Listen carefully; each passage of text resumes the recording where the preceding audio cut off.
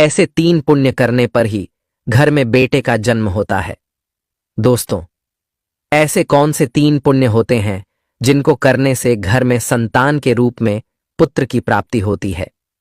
पुत्र प्राप्ति के लिए कौन से 3 पुण्य जो हर विवाहित स्त्री पुरुष को जरूर करने चाहिए ताकि उनको अच्छी और आज्ञाकारी संतान के रूप में पुत्र प्राप्ति हो? आइए जानते हैं कौन से हैं वह 3 पुण्य। दोस्तों, श्री कृष्ण कहते हैं कि जो पति पत्नी किसी गर्भवती नारी को अपने घर पर प्रसन्नतापूर्वक भोजन कराते हैं तथा अपनी सामर्थ्य अनुसार गर्भवती महिला को दान करते हैं तो बहुत पुण्य का कार्य माना जाता है। यह पुण्य महापुण्य के समान माना जाता है और इस पुण्य को करने पर ही अच्छी और आज्ञाकारी संतान घर में जन्म लेती है और वह भी संतान के रूप में आज्ञाकारी पुत्र प्राप्त होता है। श्री कृष्ण कहते हैं कि जो शादी के बाद पति पत्नी अपने घर पर गर्भवती स्त्री को प्रसन्नतापूर्वक सात्विक भोजन ग्रहण कराते हैं अथवा दान दक्षिणा देते हैं तो अत्यंत शुभ होता है। गर्भवती को घर में भोजन करना या दान देना अत्यंत शुभ माना जाता है।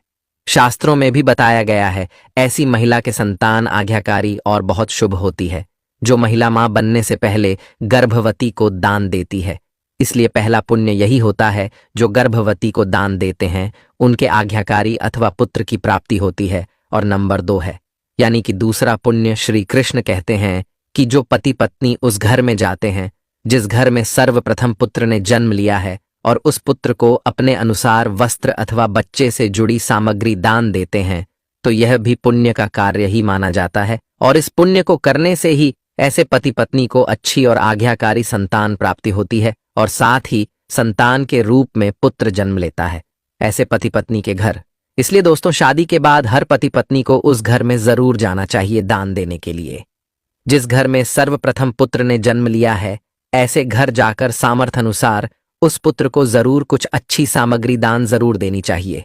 यह भी पुण्य के समान माना जाता है क्योंकि सनातन धर्म में महापुण्य की प्राप्ति जब ही होती है जब दान दिया जाता है। दान करने से ही घर में समृद्धि आती है और पूर्वजों की विशेष कृपा प्राप्त होती है।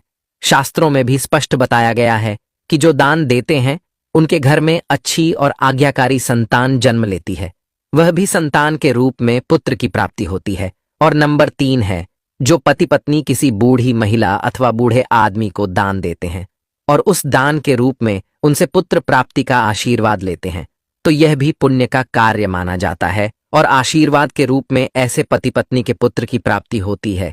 इसलिए ऐसे 3 पुण्य के कार्य करने पर ही घर में पुत्र की प्राप्ति होती है। आप इस वीडियो को ज्यादा से ज्यादा शेयर जरूर करिएगा।